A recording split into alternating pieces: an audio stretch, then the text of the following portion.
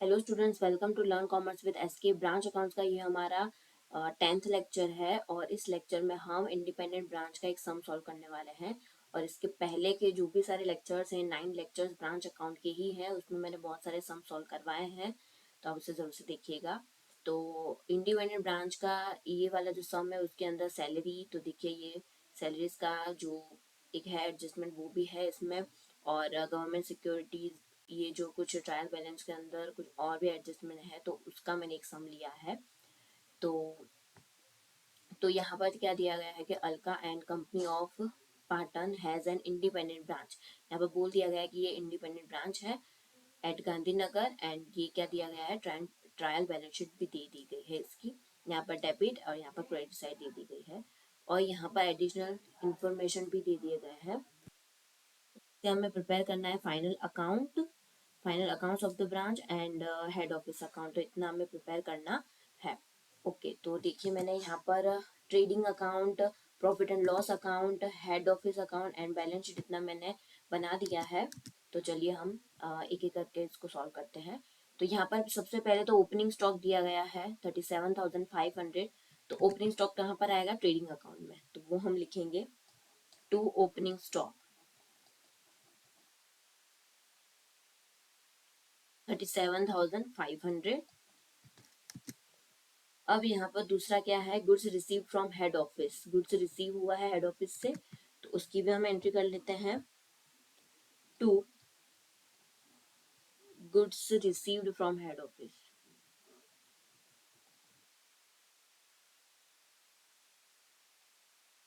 1,12,500, ये अंदर इसलिए क्योंकि इसका गुड्स रिटर्न भी है। देखिए यहाँ पर है ना, goods return to head office कितना है यहाँ पर 15,000, तो वो हम माइनस करेंगे, माइनस गुड्स रिटर्न,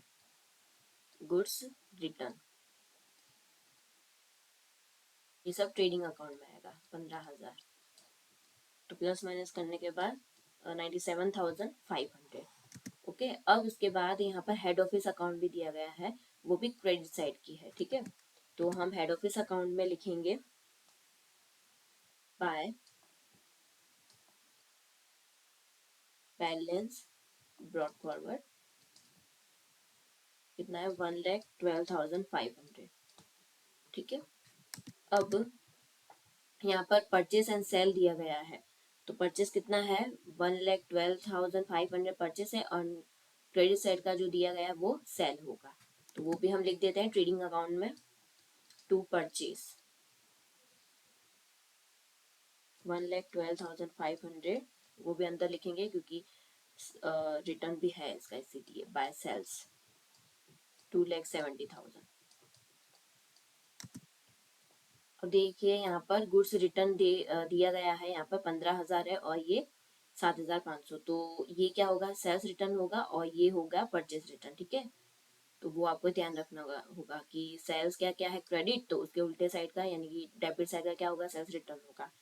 ओके, तो इस तरह से आपको याद रखना होगा। तो सेल्स रिटर्न हम माइनस कर देते हैं, सेल्स रिटर्न सेल्स में से 15,000।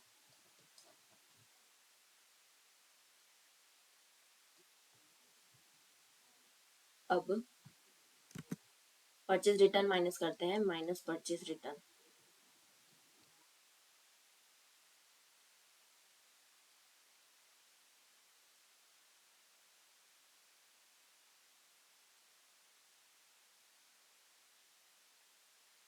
अब आगे फ्रेट एंड ऑक्ट्रो यहाँ पर दिया गया है 7,500, तो वो कहाँ पर आएगा, वो आएगा ट्रेडिंग अकाउंट में, टू फ्रेट एंड ऑक्ट्रो 7,500। उसके बाद अब यहाँ पर सैलरीज दिया गया है अप टू 28 फरवरी 2023, ठीक है। तो वो कितना है, 16,500 है। तो देखिए यहाँ पर ये जो है 16,500 सैलरी है, ठीक है। वो कितने तक दिया गया है, सेकंड मंथ तक ही दिया गया है, यानी एक मंथ का अभी बाकी है, ठीक है। ईयर एंडिंग कब हो रही है, 31/3/2023, और कब तक दी गई है salary, up to second month तक ही है, अभी थर्ड मंथ की यानी एक मंथ की अभी बाकी है, ठीक है, तो वो आउटस्टैंडिंग होगी। तो यहाँ पर हम डिवाइड कर लेंगे, डिवाइड 11, क्योंकि 11 मंथ का ही दिया गया है, यानी कि 1500 क्या है आउटस्टैंडिंग सैलरी होगी, आउटस्टैंडिंग सैलरी होगी 1500। ठीक है, तो वो हम लिखेंगे कहाँ पर, एक तो आएगा प्रॉफिट एंड लॉस अकाउंट में, सैलरी हम लिखेंगे टू सैलरी, कितना है 16,500, उसमें हम प्लस करेंगे आउटस्टैंडिंग सैलरी, यानी कि 1500, तो यानी 18,000 होगा। और ये जो आउटस्टैंडिंग सैलरी जो है उसकी सेकेंड एंट्री कहाँ पर आएगी, वो आएगी बैलेंस शीट में हम लिखेंगे, बैलेंस शीट में लायबिलिटी साइड हम लिखेंगे आउटस्टैंडिंग सैलरी, कितना है 1500। ओके, तो आई होप आपको ये समझ में आ गया होगा सैलरी का। सैलरी जो है 11 मंथ तक के ही दिया गया है, यानी एक मंथ का क्या है आउटस्टैंडिंग है। फिर यहाँ पर वेजेस दिया गया है, वेजेस तो वो भी लिख देते हैं हम, ट्रेडिंग अकाउंट में हम लिखेंगे वेजेस, टू वेजेस 6,000। ओके, अब उसके बाद bad debt and bad debt recover दिया गया है, तो 1500 क्या होगा बेड डेप होगा, 1500 क्या है बेड डेप होगा, और बेड डेप रिकवर जो है वो क्रेडिट साइड होगा, क्रेडिट साइड का क्या होगा बेड डेप रिकवर होगा 3,750। तो इन दोनों की एंट्री कर लेते हैं कहाँ पर, प्रॉफिट एंड लॉस अकाउंट में, टू बेड डेप 1500, यहाँ पर होगा बाय बेड डेप रिकवर्ड।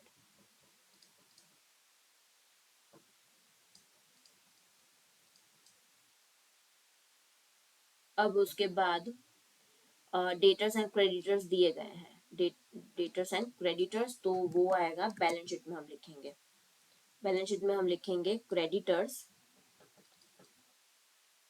30,000 और डेटर्स आएगा डेटर्स 66,000। ओके, अब उसके बाद cash and bank, cash and bank तो देखिए जो 3,750 जो है वो डेबिट साइड का वो क्या होगा कैश होगा, और ये जो 11,250 जो है वो क्रेडिट साइड है, तो वो क्या होगा बैंक ओवरड्राफ्ट होगा। ठीक है, जो डेबिट साइड का है वो कैश होगा, असेट होगी, और जो क्रेडिट साइड का है 11,250 वो क्या होगा बैंक ओवरड्राफ्ट, तो वो भी लिख देते हैं हम कहाँ पर बैलेंस शीट में आएगा कैश,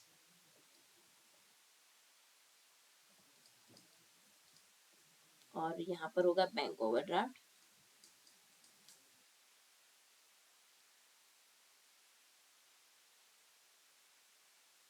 चलिए ये भी हो गया। अब यहाँ पर दिया गया है 10% गवर्नमेंट सिक्योरिटीज है, फेस वैल्यू कितनी है इसकी 75,000 इसकी फेस वैल्यू है, और परचेस कब किया था, परचेज ऑन 1/10/2022, 10वें मंथ में परचेस किया था ना 1/10/2022, और ये इसकी ओके, तो हमें अब करना है, तो अब हमें इसका जो इंटरेस्ट है वो फाइंड करना है, तो वो हम किस पे करेंगे फेस वैल्यू पे, तो फेस वैल्यू कितनी है 75,000, तो देखिए गवर्नमेंट सिक्योरिटी है, ठीक है कितना है 75,000 क्या है इसका फेस वैल्यू है, और कितने परसेंट है 10% है, तो 10/100, और कब खरीदा था परचेस कब किया था, यानी कि 10, तो 10, 11, 12, 1, 2, 3 यानी 6 मंथ हुए, 6 मंथ का, तो 6/12 तो कितना होगा कैलकुलेट करेंगे तो 3,750, तो इतना इंटरेस्ट होगा। ओके, तो अब हमें यहाँ पर लिखना है बैलेंस शीट में 10% गवर्नमेंट सिक्योरिटी, 10% गवर्नमेंट सिक्योरिटी 71,250, उसके अंदर जो इंटरेस्ट जो हमने कैलकुलेट किया वो हम क्या करेंगे प्लस करेंगे 3,750, तो बाहर 75,000 आएगा। ओके, और जो ये इंटरेस्ट है उसकी सेकंड एंट्री कहाँ पर होगी, वो होगी प्रॉफिट एंड लॉस अकाउंट में। ओके, तो ये प्रॉफिट एंड लॉस अकाउंट में bye interest on government security 3,750। Okay, तो ये हो गया, कि आपको याद रखना है ये इंटरेस्ट किस पे कैलकुलेट करेंगे हम, जो फेस वैल्यू दी गई है उस पे होगा। ठीक है, अब तो इतना तो कंप्लीट हो गया। अब यहाँ पर एडिशनल इन्फॉर्मेशन दे दी गई है, वो देख लेते हैं। Stock closing stock is valued at ₹45,000, तो वो लिख देते हैं हम। एक तो आएगा ट्रेडिंग अकाउंट में हम लिखेंगे बाय क्लोजिंग स्टॉक 45,000, और इसकी सेकेंड एंट्री कहाँ पर हम करेंगे, बैलेंस शीट में स्टॉक 45,000। अब यहाँ पर आगे दिया गया है 25/3/2023 हेड ऑफिस एंड गुड्स। अब यहाँ पर गुड्स भेज रहा है, ठीक है, हेड ऑफिस क्या गुड्स भेज रहा है, तो उसकी एंट्री नहीं आएगी, बट कैश होगा तो उसकी एंट्री आएगी। तो जो गुड्स भेज रहा है तो उसकी एंट्री नहीं आएगी यहाँ पर। ऑन अब थर्ड नंबर की, on 29/3/2023, the branch sent cash of ₹15,000 to the head office. अब ब्रांच ने 15,000 रुपए कैश भेजे हेड ऑफिस को, which was not received by the head office till 31/3/2023, यानी ईयर के एंडिंग तक हेड ऑफिस ने अभी तक रिसीव नहीं किए हैं। तो भी ये जो कैश की एंट्री है वो तो होगी ही, क्योंकि ब्रांच ने तो भेजे ही है ना, किसको, हेड ऑफिस को, तो कैश की एंट्री होगी, लेकिन जो गुड्स की एंट्री नहीं होगी। जो हेड ऑफिस गुड्स भेज रहा है ब्रांच को तो उसकी एंट्री नहीं होगी, बट कैश की एंट्री होगी, वो आपको याद रखना है। ओके, तो कितना है, 15,000 है, तो उसकी एंट्री कहाँ पर होगी, एक तो हेड ऑफिस में हम लिखेंगे बाय रेमिटेंस ट्रांजिट 15,000, और बैलेंस शीट में हम लिखेंगे रेमिटेंस इन ट्रांजिट।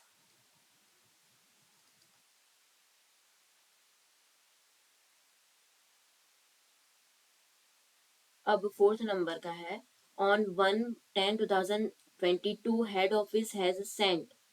यहाँ पर ये देखना है कि कब भेजा है, ठीक है। Head office sent furniture worth ₹45,000 to the branch the account of which is maintain in the books of head office. Head office के बुक्स में अकाउंट मेंटेन है, तो हेड ऑफिस के अकाउंट में भी इसकी एंट्री होगी, and appreciation is to be provided at 10% on the same. Okay, तो देखिए 45,000 का भेजा है, ठीक है, फर्नीचर, और कब, 1/10/2022, मीन्स कितना हुआ यहाँ पर, 6 मंथ का हुआ ये भी। तो 45,000 पे 10% डेप्रिसिएशन है, और 6 मंथ का 6 डिवाइडेड बाय 12, तो कितना होगा, 2,250 होगा डेप्रिसिएशन, ठीक है, इतना डेप्रिसिएशन होगा। तो उसकी एंट्री कहाँ पर आएगी, एक तो हेड ऑफिस के अकाउंट में, तो ये रहा head office by depreciation on furniture,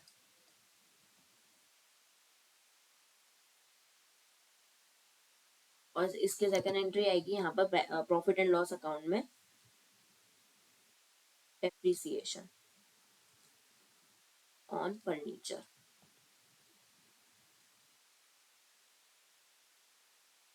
okay, तो देखिए सारी डिटेल्स हमने कर दी है कंप्लीट। अब हम अकाउंट क्लोज करेंगे। तो सबसे पहले तो ब्रांच ट्रेडिंग अकाउंट, तो क्रेडिट साइड का होगा 3 लाख, उसमें से हम डेबिट साइड की सारी अमाउंट हम माइनस करेंगे, 46,500, इतना होगा ग्रॉस प्रॉफिट। और ये जो ग्रॉस प्रॉफिट है वो कहाँ जाएगा, प्रॉफिट एंड लॉस अकाउंट में, ग्रॉस प्रॉफिट। अब profit and loss account close करते हैं, 54,000, 54,000 माइनस करेंगे डेबिट साइड की सारी अमाउंट, तो 32,250 मिलेगा नेट प्रॉफिट। तो वो कहाँ पर हम लिखेंगे, वो हम लिखेंगे हेड ऑफिस के अकाउंट में बाय नेट प्रॉफिट 32,250। अब हेड ऑफिस अकाउंट क्लोज करते हैं, तो 1,62,000, 1,62,000 वो हुआ closing balance, means balance carry forward. तो अब ये जो हेड ऑफिस का जो बैलेंस है वो हम कहाँ पर लिखेंगे, बैलेंस शीट में liability side head office account 1,62,000। अब डेबिट अब लायबिलिटीज एंड असेट्स दोनों साइड जो है वो इक्वल आने चाहिए। तो कितना आ रहा है, 2,04,750, 2,04,750। ओके, तो देखिए हमारा ये जो सम है वो राइट है, क्योंकि दोनों जो बैलेंस शीट में असेट्स एंड लायबिलिटीज दोनों इक्वल आ रहे हैं।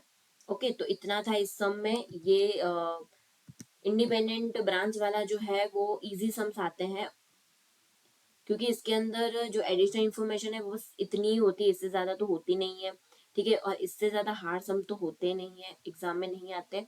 तो इंडिपेंडेंट ब्रांच वाला काफी इजी सम है। बस जो ट्रायल बैलेंस शीट है उसकी एक एक एंट्रीज आएगी। अगर सैलरी और गवर्नमेंट सिक्योरिटीज का ऐसा कुछ एडजस्टमेंट दिया हुआ होगा, हिडन एडजस्टमेंट, तो वो आपको करना होगा, उसको सॉल्व करना होगा। और एडिशनल इन्फॉर्मेशन की दो दो एंट्रीज आएंगी। ठीक है, और इसके अंदर भी जो ट्रेडिंग अकाउंट है उसको क्लोज करने से जो भी ग्रॉस प्रॉफिट मिलेगा वो कहाँ पर ट्रांसफर होगा, प्रॉफिट एंड लॉस अकाउंट में। और प्रॉफिट एंड लॉस अकाउंट जो का जो भी नेट प्रॉफिट होगा वो ट्रांसफर होगा हेड ऑफिस में, हेड ऑफिस अकाउंट में। और हेड ऑफिस का जो भी बैलेंस होगा वो कहाँ पर जाएगा, बैलेंस शीट में जाएगा। ठीक है, और बैलेंस शीट की दोनों साइड क्या होनी चाहिए, इक्वल होनी चाहिए, तो हमारा सम राइट होगा। ओके, तो इसके अलावा आपको और कोई सम चाहिए तो आप मुझे कमेंट कर सकते हैं। मेरे चैनल को लाइक करें, अपने फ्रेंड्स के साथ शेयर करें और सब्सक्राइब करें। Thank you.